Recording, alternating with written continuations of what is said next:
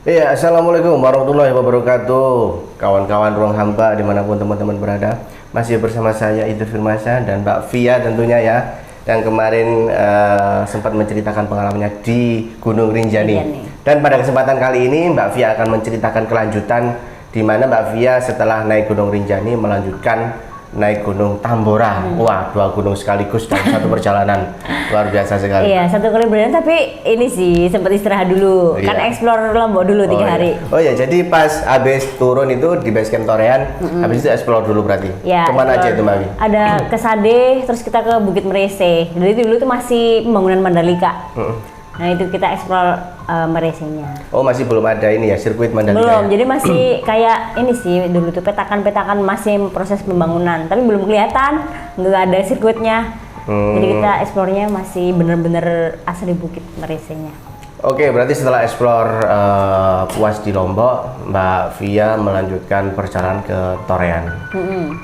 Kok sempat kepikiran, kok Torean apa? Tambora. Tambora. Kok sempat mau naik Tambora? Kenapa Mbak Via?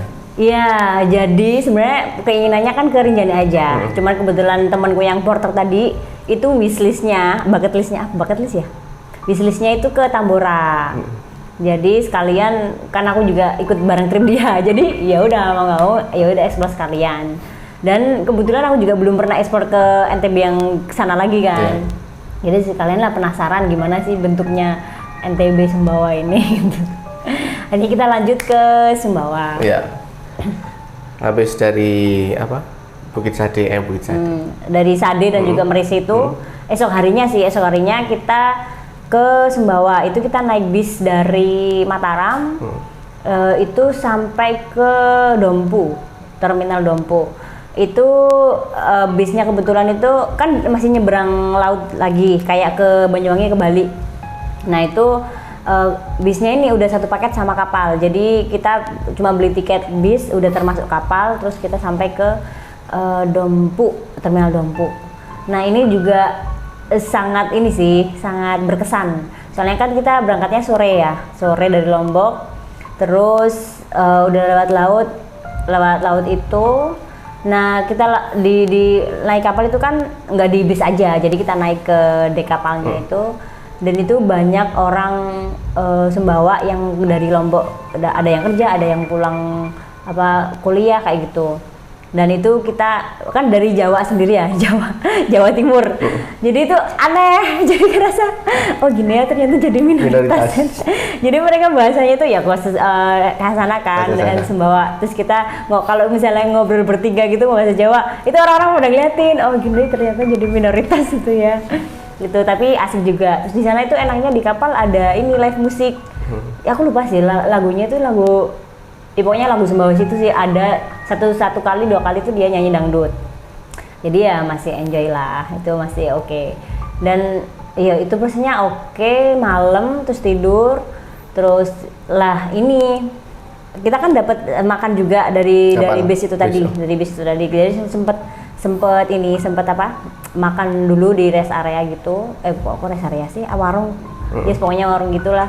Nah, di sini tuh Sumbawa itu kan sepi banget ya. Kendaraan transportasi tuh nggak sepadat di Lombok. Maksudnya Lombok kan masih lumayan, banyak. Kalau di Sumbawa itu bener-bener sepi, nggak ada kendaraan sama sekali. Dan pas waktu malam itu supir bisnya ugal-ugalan. Ya mungkin ngebut banget ya. Jadi tuh parah. Jadi sempet dia itu nggak tahu mau nabrak truk atau apa, jadi kita satu bis itu langsung istighfar semuanya gara-gara mau oleng itu. Tapi aman terkendali dan kita nyampe Dompu itu jam 3 pagi dini hari. Itu bener-bener sepi banget. Dan ini kayak film apa ya yang sepi banget kayak kota mati gitu. Pokoknya gitu. Jadi kita turun jam 3 itu nggak ada orang sama sekali. Terus bisnya itu langsung hilang gitu aja, itu nggak ngasih tahu nanti ada ini nggak ngasih tahu. Jadi kita benar-benar turun dari Dompu itu yang benar-benar hening, gelap, nggak ada lampu, gelap banget. Cuma ada suara kelintingan sapi, ya lonceng sapi. Jadi aku ngerasa malah kok horor banget ya di Dompu, di Sumbawa jam segini sampai ini nggak ada ini kan begal dan lain-lain. Kita mikirnya ke arah sana sih, lebih takutnya ke situ. Terus ada suara sapi itu pokoknya hening. Habis itu kita masuk ke terminal tadi nyari colokan buat ngecas HP kan. Lah pas waktu ngecas HP itu untungnya ada orang baik yang nyamperin kita. Jadi dia punya warung di pojokan dan kebetulan dia itu orang Jawa. Lah kita mikirnya awalnya itu ketakutan sih, soalnya kan udah jam 3 pagi terus tiba-tiba ada orang laki-laki gede gitu kan. Ternyata ditawarin tidur di tidur di warungnya sama ngecas tadi. Dan dia bilang kalau ada kendaraan atau bemo ke arah Pancasila. Jadi kita kan mau menuju ke Pancasila. Soalnya kita via Pancasila itu Desa Pancasila. Itu jam 7 pagi adanya. Dan kita nyampainya kan jam 3. Jadi kita tidur dulu, akhirnya jam 7 baru berangkat ke kemana? Pancasila. Desa Pancasila. Nah, itu pun kendaraannya nggak bisa sampai ke Desa Pancasilanya. Jadi masih ibaratnya berapa meter ya? Kayak dari Surabaya, dari Gubeng ke stasiun Pasar Turi, masih jaraknya segitu. Dan itu nggak ada kendaraan lagi. Akhirnya kita nebeng pickup. Jadi kita ngandol gini nyari tumpangan dan alhamdulillah ada tumpangan itu tadi, pickup itu tadi. Tapi selama perjalanan itu kita sempat ini sih beli beberapa makanan. Kan soalnya bisnya itu soalnya ini kan sempat berhenti. Jadi dia tuh ngelewatin laut, terus kadang itu kayak savana gitu. Pokoknya rutenya di Tambora, di Sumbawa itu keren sih. Di kiri itu laut, dan kanan itu kayak savana Afrika gitu. Jadi tuh keren. Jadi masih tanah lapang gitu, terus kirinya laut itu keren banget ya. Cuma ya itu tadi bisnya itu nggak kayak ini ya di sini bagus-bagus gitu kan. Di sana itu bener-bener yang dulu tuh yang aku dapat itu udah bener-bener reot banget, terus pokoknya tua banget. Terus muatannya dia bisnya tuh penuh banget orang, penumpang tuh penuh banget. Dia tuh ada yang bawa beras, karungan, ada yang belanjaan, ada yang pokoknya banyak banget lah barang-barang itu. Terus motor itu ditaruh di belakangnya bis, jadi dicantolin kayak sepeda ontel gitu. Wah ini bener-bener luar biasa sih. Mungkin gara-gara transportasinya nggak sebanyak itu ya, makanya dimaksimalin. Motor pun sampai ditaruh atas bis dan juga belakangnya bis. Itu benar-benar keren. Dan sempet berhenti itu di pantai-pantai. Jadi kita sempet 20 menitan main di pinggir pantai gitu selama menuju ke Desa Pancasila.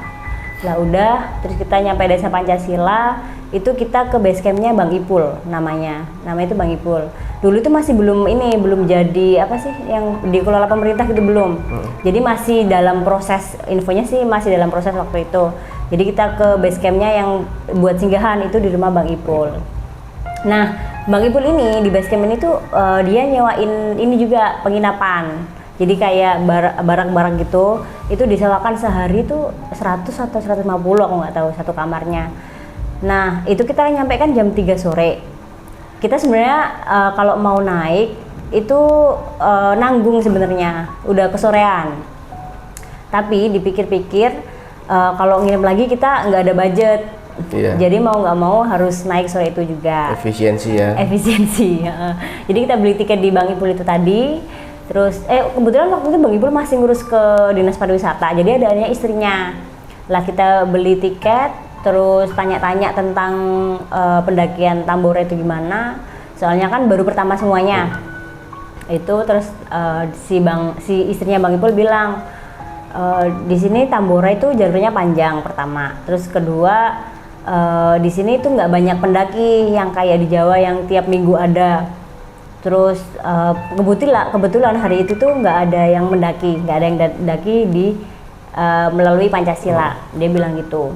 Terus dia bilang ada sumber air di pos 1, pos 2 sama pos 3. Sebenarnya pos 4 atau 5 itu ada, cuman waktu itu kering, masih kemarau ya, pokoknya kering. Jadi yang banyak sumber airnya itu di 1 dan 2. Tuh. Akhirnya kita berangkat dan dia bilang juga di 1 itu ada gazebo, tapi untuk pembangunan itu nggak ada, mesti sempit gitu. Lah kalau misalnya berhubung hari itu nggak ada mendaki, nggak apa-apa, diperbolehin kalau misalnya kemalaman dan nyampainya di pos 1 nggak apa-apa, di pos 1 aja nanti di shelter gitu kan. Ya udah kita berangkat. Ini 7 orang ikut semua? Enggak. Oh iya, enggak. Jadi dari Lombok itu kita cuma berangkat 3 orang yang dari Surabaya itu tadi. Dari Lombok ke Sumbawa. Dari Lombok ke Sumbawa. Jadi aku sama temenku 2 cowok yang dari Surabaya. Jadi yang tadi teman Makassar itu Di Lombok semua itu? ya enggak, ya dari yang rombongan turun dari Torian tuh ke mana Semeru, dia ke Semeru. Terus yang teman-teman Lombok itu kembali kerja. Sedangkan kita melanjutkan perjalanan ke Tambora. Itu Terus lanjut. Itu ya, pokoknya kita memutuskan untuk berangkat dan udah tahu briefing itu dari istrinya Bang Ipul. Akhirnya kita memutuskan berangkat. Itu jam 3-an. Nah, kita emang rencananya itu ngecampnya di pos 3 yang paling gede, lapang kan. Nah, tapi ternyata pas waktu jalan itu ini nggak sesuai rencana. Soalnya itu tadi sih. Jadi kita awal kan dari Tambora via Pancasila itu kita melewati Gate Forest namanya. Gate Forest ini itu emang masuk hutan dulu dan masih ladang-ladang masyarakat, kopi, terus ada apa lagi ya? Pokoknya ladang warga lah. Dan itu namanya Gate Forest. Emang ada beberapa ini sih pohon-pohon gede gitu. Dan dia kayak gate gitu, kayak pintu, kayak gerbang gitu. Nah, selama di Gate Forest ini tuh tiap tikungan tuh ada gazebo, ada shelter. Jadi enaknya di sini tuh meskipun jalurnya panjang banget, itu masih landai. Di Gate Forest itu landai. Tapi ya itu tadi mungkin gara-gara banyak yang nggak daki. Jadi tiap kita jalan tuh ini ada apa namanya? Sarang laba-laba. Jadi dia kanan kiri di jalur pendakian itu kita pasti kena apa? Sarang laba-laba. Jadi yang paling depan itu yang kena duluan kan. Jadi pernah sekali satu momen itu aku yang paling depan. Lah itu tuh bener-bener yang kayak ke muka kayak aku nggak mau di depan deh. Terus biar ini Mas ini yang ke depan. Nanti biar dia yang ini sarang laba-laba itu. Nah di Gate Forest itu juga ada namanya daun jelatang, atau kalau sini katanya namanya jancukan sih, aku nggak tahu. Tahu nggak Mas Idris? Nggak tahu. Pernah dengar tapi? Pernah dengar ya? Ya pokoknya namanya di sana itu daun jelatang namanya, dan itu bentuknya kayak hampir mirip kayak daun ganja mungkin ya? Iya. Pokoknya itu bentuknya kayak gitu, terus ada duri-durinya di si daunnya itu. Nah kalau misalnya kena kulit kita itu gatal dan sampai merah. Masalahnya gatalnya itu nggak cuma digaruk hilang, nggak, jadi itu dia gatalnya itu sampai 24 jam. Jadi emang harus hati-hati. Tapi di pos 1 ini Gate Forest nggak seberapa banyak sih tuh. Nah ini udah kan kita ngelanjutin terus jalan sampai ke pos 1. Pos 1 itu udah malam, udah jam setengah 6. Itu tadi ternyata bener ada 2 gazebo, satunya itu udah agak rusak, satunya masih bagus. Nah itu di sebelahnya gazebo itu ada habis ada perapian api unggun gitu. Terus tanah lapangnya itu nggak ada, kecil banget, kalau buat satu tenda pun nggak cukup. Nah karena kita tadi sempat diizinin istrinya Bang Ipul untuk di shelter kan, jadi ya udahlah kita memohon izin di tempat itu, permisi untuk diriin tenda di pos 1 dan di shelter. Nah di shelter ini emang ada sebelum pos 1 ini itu ada 2 pohon gede. Jadi dari arah Gate Forest tadi itu ada 2 pohon gede, terus shelter pos 1, terus ke sisi kirinya itu ada sumber air. Itu ini sih dulu katanya istrinya Bang Ipul itu sumur tapi dibuat tandon sama warga akhirnya. Jadi ada paralon gitu ke sumurnya, dan sumurnya itu udah ketutup, tinggal lubang dikit gitu. Nah itu sih areanya itu agak luas ya, cuman hutannya agak tertutup gitu di area sumur itu. Dan itu kayaknya bambu, aku agak lupa sih, bambu. Jadi ini shelter bambu, terus sumur itu tadi, dan sumurnya agak luas. Nah kita ambil airnya di situ kan buat masak dan lain-lain. Aku juga ambil air di situ buat wudhu dan lain-lain. Nah setelah pokoknya kita nyampe pos 1 itu diriin tenda, temanku itu ini coba, kan dingin ya, udah dingin, sore itu udah mulai dingin. Jadi temanku tuh udah nyoba nyalain api unggun yang tadi ada asapnya itu tadi. Jadi dia ngasih kertas, nyalain pakai kertas, tisu, terus plastik juga kan biasanya bisa mancing ini ya api ya. Itu dia awalnya udah berusaha tuh dari sore. Ternyata aku nggak ngasih waktu itu. Pokoknya dia sampai gelap, sampai jam 6 itu nggak nyala-nyala si api ini. Padahal sebelumnya itu keluar asap dan kayunya itu posisinya kering. tapi nggak bisa nyalain api unggun itu tadi. Akhirnya dia setelah 2 jam berusaha nyalain api unggun itu udah nggak di ini lagi, udah nggak, ya wis lah, putus asa, nggak usah nyalain api unggun. Terus kita setelah itu udah istirahat, udah malam juga jam 6:30 itu mau masak dulu. Soalnya kita kan masih sore ya, jadi kita pikirnya ya udah kita ngobrol-ngobrol aja dulu, masak terus ngobrol-ngobrol, baru nanti tidur malam. Nah, pas waktu masak ini itu awalnya kita bertiga di luar kan. Aku juga masakin mie kayak gitu, sama bikin minuman teh dan juga kopi, masih di luar. Nah, temanku yang 2 ini, yang satu sih awalnya, yang satu ini biasanya yang di luar itu tiba-tiba masuk ke dalam. Dia bener-bener nggak mau keluar. Aku kan ini ya, mikirnya nggak ada apa-apa gitu, mikirnya ya udah positive thinking. Nah, udah si bang satunya yang bisa lihat ini itu masuk ke tenda, tapi aku masih masak, buang air di sendirian. Kamu sendirian. Sendirian. Ya ada temenku yang cowok lagi yang tadinya nyalain api unggun itu di depan tenda pas. Aku yang di pojokan shelter. Jadi masak air terus masak mie, buang airnya mie itu kan. Jadi keluar shelter. Jadi aku yang bolak-balik muter naik turun shelter. Tapi temanku yang ini masuk tenda udahan. Terus aku awalnya nggak ngeh masian, nggak curiga apa-apa. Terus udah matang semua, katanya makan. Lah makan sebenarnya kan aku di arah agak jauh dari tenda. Nah, mereka tak panggil itu nggak mau ada yang ke arahku. Ini kenapa mereka nggak mau ya? Terus si temanku si yang nyalain api unggun bilang, "Wes, udah Via, kita makan di tenda aja." Lah ngapain? Aku kan usulnya kan ngapain makan di tenda, masih sore juga kan, mending di luar ngobrol-ngobrol kan. Tetap dia kekeh nggak mau. Baru di situ aku kayak ada yang aneh. Kok ada yang aneh? Kenapa mereka nggak mau keluar? Biasanya kan enjoy aja gitu kan. Terus yaudah dari situ aku kayak ngerasa ada apa ya? Terus lihat sekeliling baru kalau gelap banget itu kan. Terus masih belum kerasa hawanya aneh-aneh sih.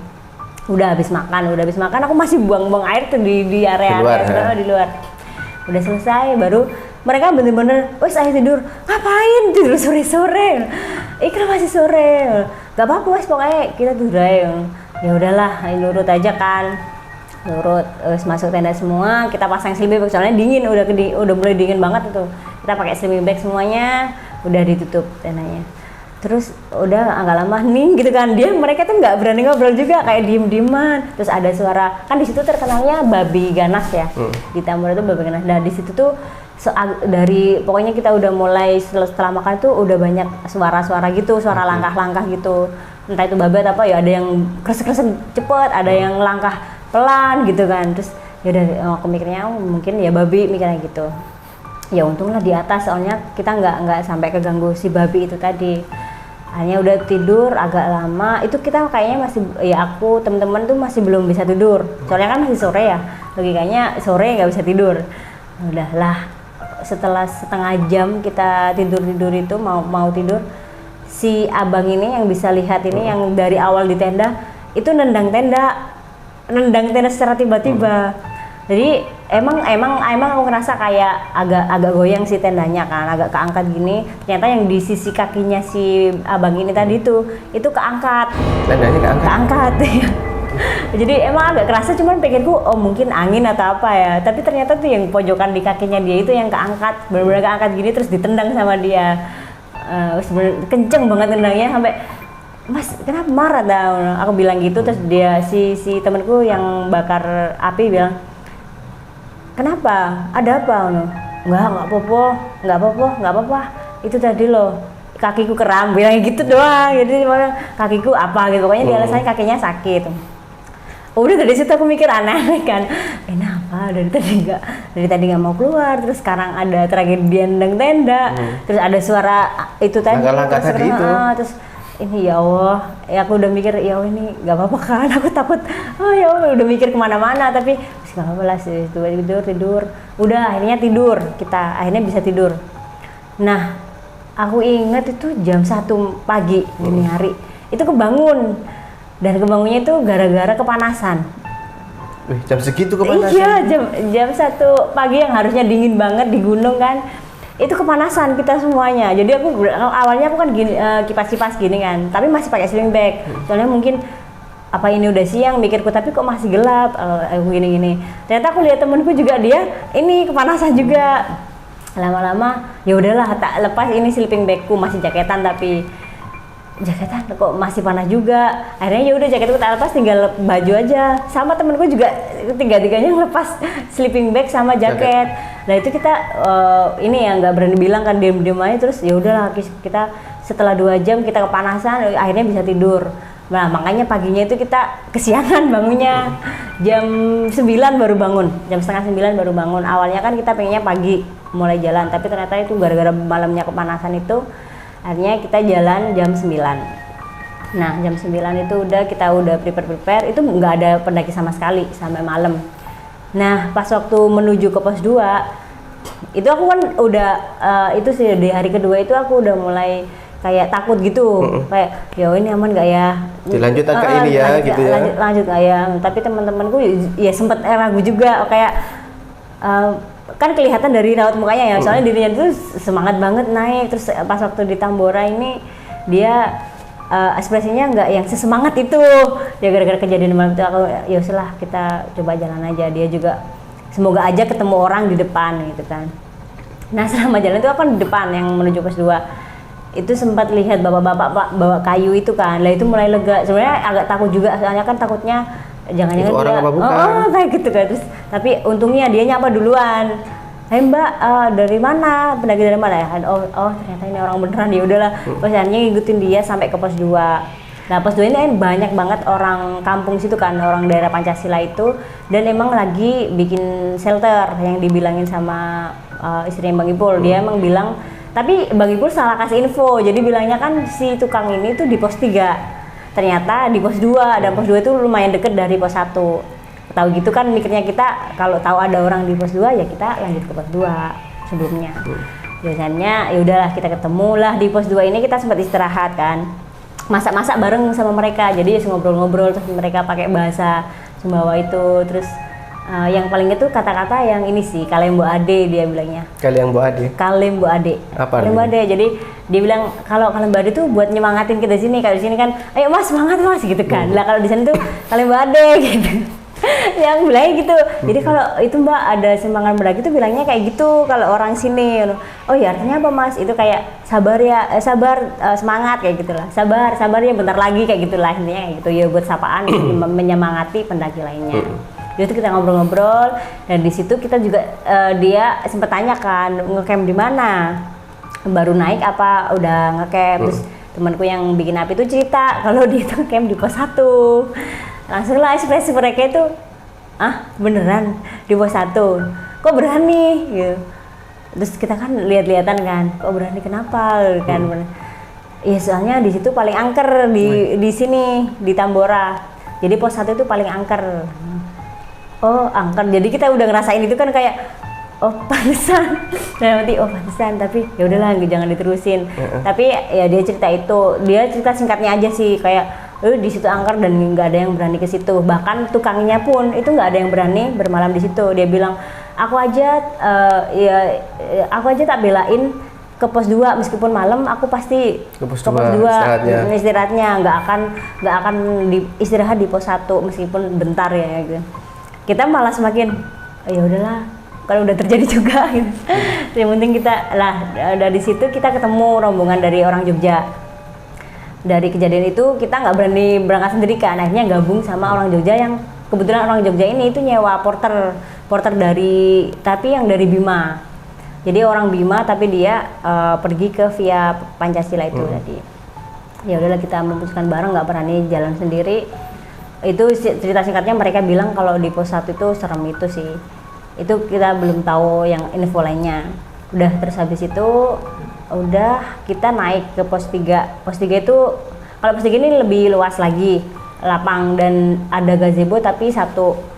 Pokoknya area campnya itu lebih luas lah, dan untuk sumber airnya itu agak turun, masih agak jauh dari pos camp. Lah kita di sini tuh, kalau di sini wajib buat gantungin keril sih kalau summit. Jadi pas waktu kita persiapan summit itu tas-tasnya itu digantung di pohon semuanya. Soalnya benar-benar babinya ganas sih.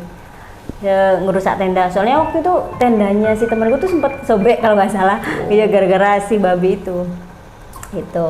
Nah itu udah terus summit kita dari atas. Nah dari pos 3 ini sampai ke puncak itu ini banyak jelatang tadi. Itu lebih banyak lagi tanaman itu. Jadi dari pos ini itu kita harus lebih hati-hati sih. Lihat kanan kiri itu gimana. Soalnya ada ya itu teman rombongan dari Jogja. Kita kan sampai jam 2 juga. Sampai jam 2 habis makan itu ada satu satu porter yang dia jaga tenda emang, dan satunya yang ngantar ke puncak. Nah rombongan dari Jogja ini pas waktu malam, jalannya kan malam, dia itu nggak sengaja pegang si jelat, jadi kan dia mau ke preset, terus dia itu megang si jelatang ini, jadi udahlah dia sepanjang perjalanan sampai ke puncak itu dengan gatal-gatal. Itulah ini dari sini ini bagus sih, kan ini ya kalau Tambora itu ceritanya adalah orang yang hilang, orang menghilang gitu. Arti Tambora itu. Arti Tambora itu tadi. Soalnya kalau singkat sejarahnya sih emang pas waktu si Tambora ini meletus itu menyapu 3 kerajaan di area situ. Jadi mitosnya ya orang menghilang. Dan selama pendakian ini kita kan sama orang asli sana ya, orang yang dari Bima. Nah orang Bima ini bilang selama perjalanan bilang di Tambora itu sebenarnya nggak boleh mendaki 3 orang. Ganjil ya? Ganjil, pokoknya ganjil nggak boleh. Terus kita ya gimana lagi, soalnya kita dari Surabaya itu terjadi, dan juga kita cuma 3 orang, emang nggak ada temen lagi. Ya udahlah kita yang penting sekarang udah bareng sama rombongan lain. Itu nyampe ini puncak Tambora itu lancar-lancar, tapi nggak sampai ini sih. Kita lihat sunrise itu masih di bawahnya puncak, jadi belum sampai puncak. Cuman enaknya nyampe puncak itu kita lihat luasnya kaldera itu kan, soalnya ikonnya Tambora ini kan kaldera gedenya itu. Itu terus ya itu kenceng banget lah, gara-gara nggak boleh ganjil itu kan aku bertiga, jadi nggak ada fotoku bertiga ini, soalnya si orang porter juga bilang jangan foto di sini, juga nggak boleh foto bertiga, ganjil nggak boleh.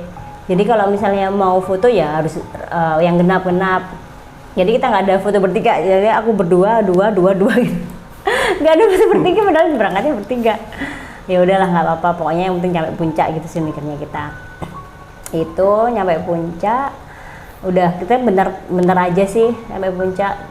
Terus habis itu nah kalau yang mitosnya nggak tahu mitos atau fakta ya, pokoknya yang kalau misalnya kita foto bertiga itu salah satunya pasti akan kena musibah gitu sih ngomongnya.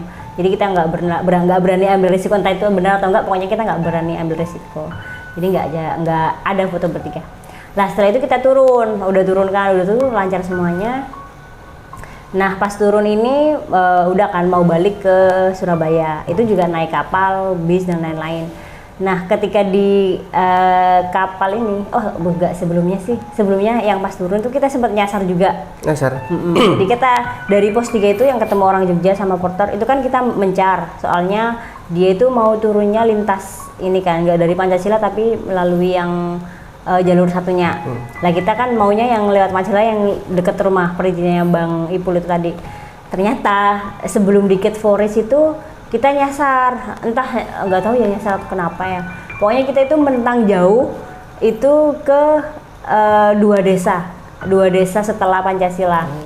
Itu jauh banget sih, makin jauh itu kenapa? Jadi udah kayak sampai kakiku udah ya kan namanya daki ini ya 2 hari terus capek banget.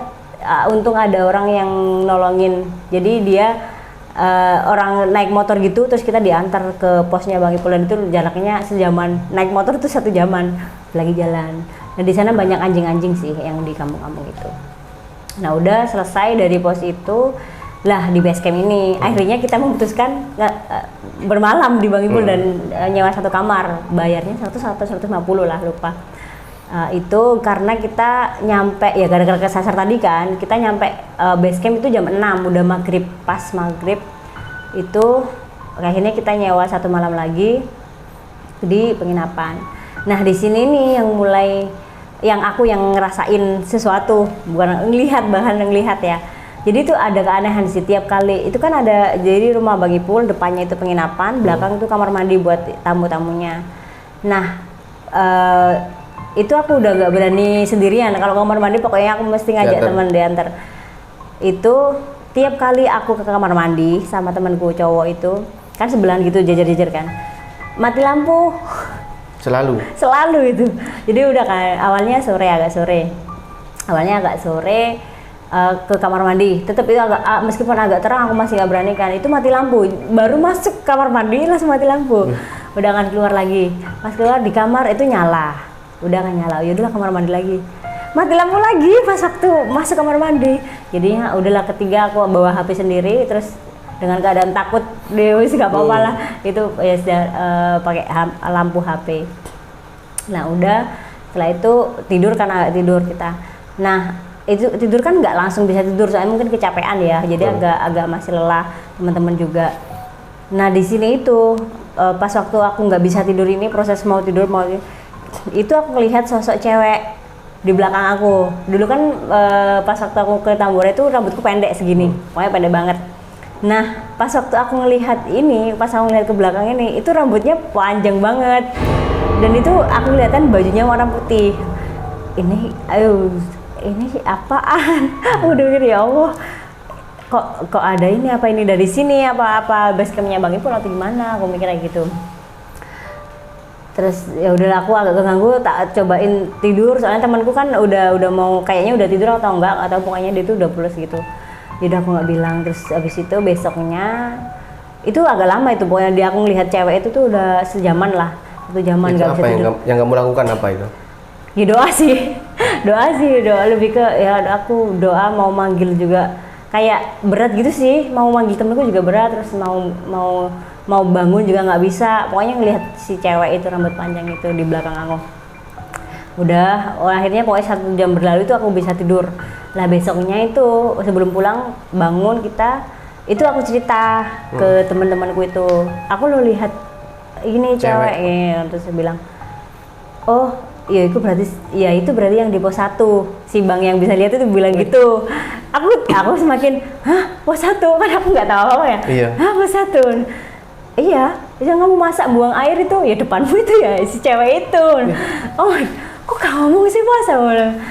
Ya aku udah kundang sampai ngomong, dia bilang gitu. Ya wes lah. Ya itu tapi itu Mas Ana. Iya. Ya emang itu dia yang ini yang ada di pos 1.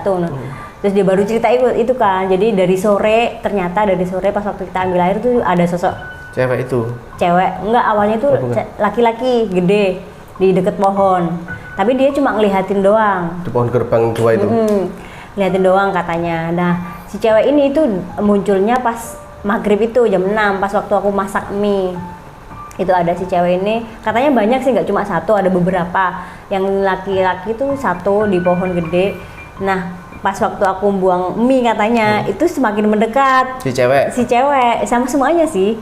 Jadi merinding aku. Jadi pokoknya proses aku habis masak air itu buang air itu mereka mendekat semuanya itu. Jadi aku yang nggak tahu apa-apa, yang nggak bisa lihat, ya udah aku buang air di depannya mereka sama yang semakin mendekat itu. Dia bilang gitu. Tapi yang paling apa namanya dominan itu emang si cewek itu yang rambut panjang itu yang paling dekat. Bahkan kayaknya dia berasumsi, dia bilang terus alasan aku nendang tenda itu karena diangkat gitu, baru dia ngomong kalau tendanya diangkat gitu. Yang ngangkat siapa? Si cewek itu ternyata yang gangguin dari sore. Yang gangguin itu emang si cewek itu. Jadi emang selama proses kita makan pun, minum teh, terus dari sore itu awalnya ngawasin, mereka cuma ngelihatin awalnya. Tapi pas waktu menjelang malam itu mereka berbondong-bondong ke shelter itu tadi. Itu sih, oh my god, dan ternyata pas 1 bener ternyata ada horor. Kata orang-orang kan nggak ada yang berani di pos 1, oh ternyata rasanya kayak gitu. Ya udah aku udah mulai mencoba melupakan kan. Aku mikirnya kan ada mitos tuh kalau misalnya kita keluar Jawa, misalnya kita nyebrang laut, setannya nggak akan ikut kan. Jadi aku mikirnya udah nggak apa-apa, paling dia nggak akan ikut. Aku mikirnya gitu. Ternyata pas waktu di bis itu ketemu orang, bapak-bapak gitu. Ya, kita ceritakan biasa kalau ketemu orang pasti mereka nanya, akhirnya kita cerita. Terus ceritalah kita kalau di Tambora ngepos di pos 1 dan lain-lain. Terus dia cerita kalau di Tambora itu emang angker. Tambora, apalagi pos satunya. Dulu kan pernah ada satu keluarga gitu, dia itu nanam ganja di mana tuh di Tambora, dan itu sempat hilang. Beberapa keluarganya, pegawainya itu hilang, ya ada yang kepalanya kepotong kayak gitu. Pokoknya pekerjaannya itu ada yang hilang misterius, ada yang kepalanya kepotong, dan itu terjadi di pos 1. Di pos 1 itu. Aku baru jadi tercengang, oh my god, beneran ya Allah, langsung kita ya untung-untungan selamat ya kita di pos 1, tapi ada gangguan tapi nggak sampai yang parah gitu.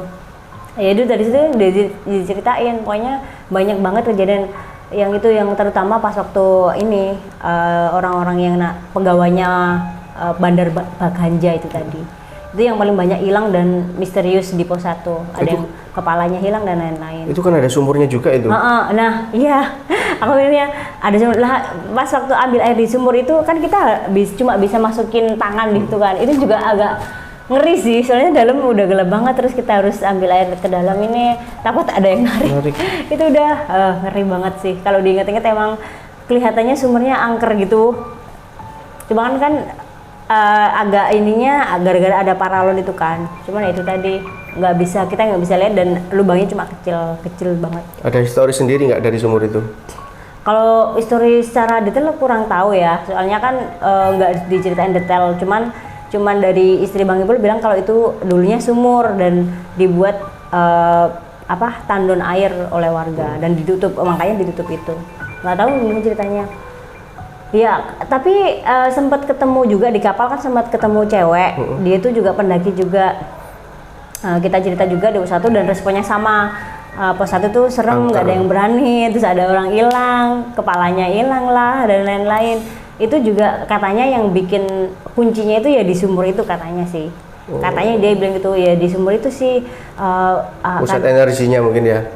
Dia bilang ada yang dibuang di situ, ada yang mayatnya. Tapi ya itu mungkin cerita lama, aku juga nggak tahu. Pokoknya dia ceritanya di sumurnya itu ada yang dia ditemukan di sumur itu dulunya, mayatnya itu kayak gitu. Pokoknya itu sih yang paling serem, ada yang hilang misterius sama kepalanya kepotong di pos 1.